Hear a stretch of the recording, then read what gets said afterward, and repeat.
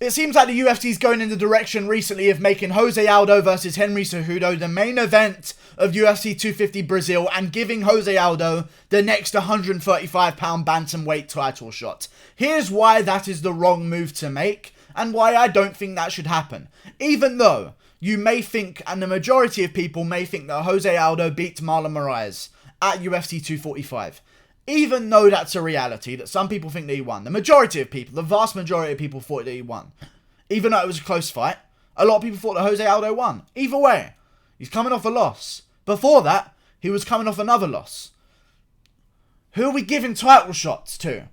We've just given Yoel Romero to Adesanya. That's a one-off because Costa is injured and Till only has one fight in the division. I understand that situation. We've got cards to fill. It seems to be the same reason that this fight is going to be happening as well. Just we've got a Brazil card to fill, so let's just give the title shot to anyone. Listen, when you put that president on the title, it sticks with it, you know? When you give Khabib the Ally Quinter and make it still okay for the belt, there was still an unsureness about who was the champion of the division. The title's only as good as the UFC makes it seem to be. And when you're giving title shots to guys that are coming off losses, I don't mind the Yoel Romero one. I understand the Yoel Romero one. There's no one else. We've got cards to fill. 248. No one's going to be taking that on short notice. Adesanya versus Romero. We've got a guy injured. We've got Darren Till, as I said before. Either way, I get it. But with Aldo, it's a different situation than the Yoel Romero one because we've got so many guys to pick from. We've got... Not Marlon Moraes, sorry. He's already lost to Henry Cejudo in Cejudo's last fight. Not Marlon Moraes. But we've got Aljamain Sterling. We've got Petr Yan. We've got Corey Sandhagen. We've got... Maybe not Corey Sandhagen has earned what the other two have earned because they're a lot higher ranked than he is. But either way, I feel like we've got other options that aren't called Jose Aldo. I really do. I just don't... I don't get it, to be honest with you. I feel like this is just rushed because they want to put a Brazilian title fight. Someone included in a title fight needs to be Brazilian on a Brazilian card. Listen, you got guys. You got fun cards. Title fights don't have to be on cards. Even no, maybe they do have to be on cards. Sorry, I take that back.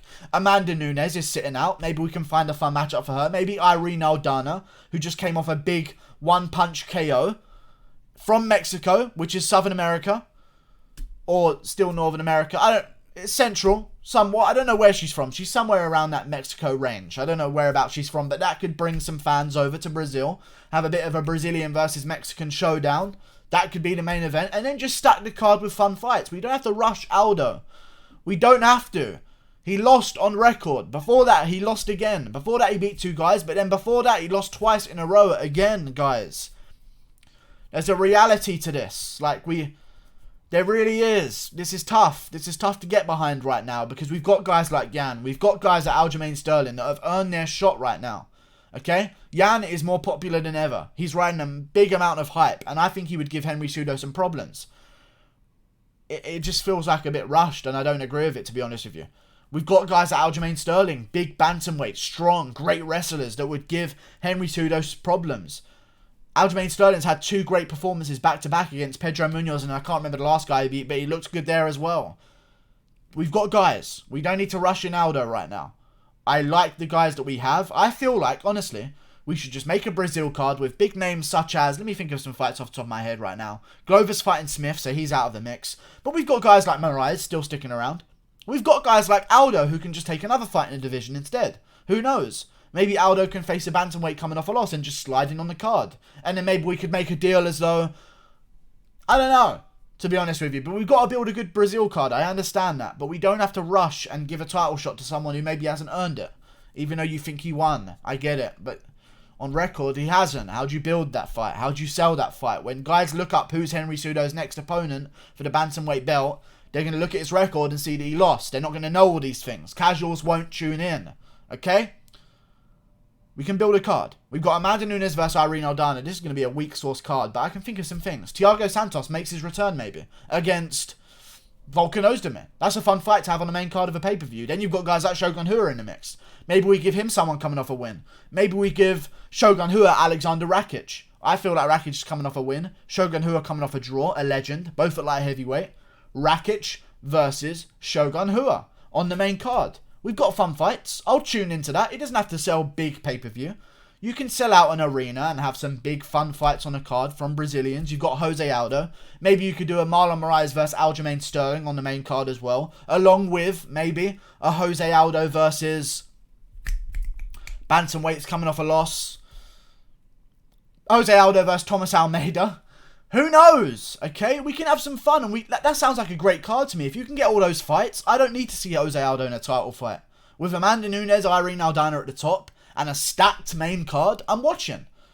You know, I'm watching the card. We've got some fun guys we can have on the prelims as well. We can talk about it. We don't have to rush this. I feel like the move should be right now.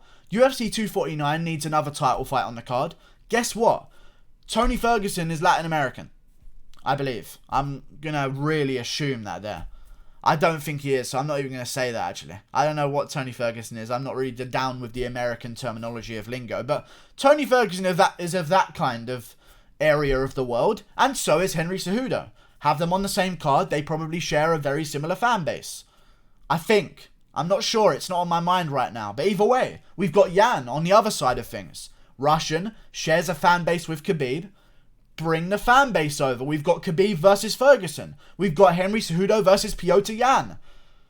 Make that. That's a real threatening contender. That's a guy that we want to see next. That's the guy that's going to pose a threat to the title. And that's the guy that, if he wins, is probably going to go on to become a superstar because he's got a very entertaining style to watch.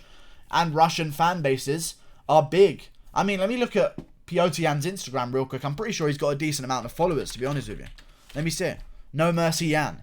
I love the surname. Like, Yan just feels like he could be something. Look, 250,000 followers before he's had his title shot. He could blow up. He could blow up, especially with the Russian fans that are going to be watching Khabib. Let's really sell this thing. Cejudo can't main event his own pay-per-view. We've given him that chance. Doesn't do well. We had to make Donald Cerrone versus Tony Ferguson on very short notice to save the last card that Henry Cejudo headlined. Stick him in a co-main event of Khabib vs. Ferguson. Let him build his own name off of Khabib's eyes and Ferguson's eyes that they're going to bring to the sport. And we'll make Yan fight him. We don't have to rush Aldo into things. Aldo can take on a contender. Okay? Let's make some fun. We can't do this. We can't have a promo that plays out like, and who's his next contender? Oh, the guy that people thought won, but he actually lost on record. And the one before that he lost. Sorry, I just smacked you guys. The microphone I see as you guys. I just smacked the microphone there. But either way, the promo. Back to the promo. Ah, he's coming off a loss. But some people thought he won, but he's coming off a loss. Title fight. Going to be a big issue. Or are we going to go down the route of just avoiding talking about all of Aldo's losses and go and say like, oh, 5 years ago, this guy was the best. But now, we won't talk about that bit. But 5 years ago, wow, crazy. In a trip from a time machine show. I don't know, like, I don't get it. We can't sell it. Let's make Nunes versus Aldana. Let's fill a fucking card with Brazilian talent, which we have.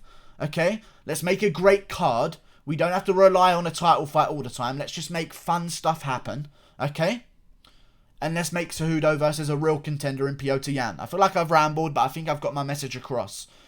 Cejudo versus Yan is next. Shut up about fucking Jose Aldo.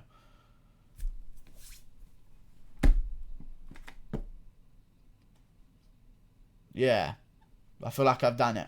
I feel like I've got that one in the bag there. That was a real nice one. I feel like I've done good. Yan's going to get the title shot. Hopefully this video alone is enough to sway the minds of the entire UFC brass. Click that button there. Goodbye. I'll see you later.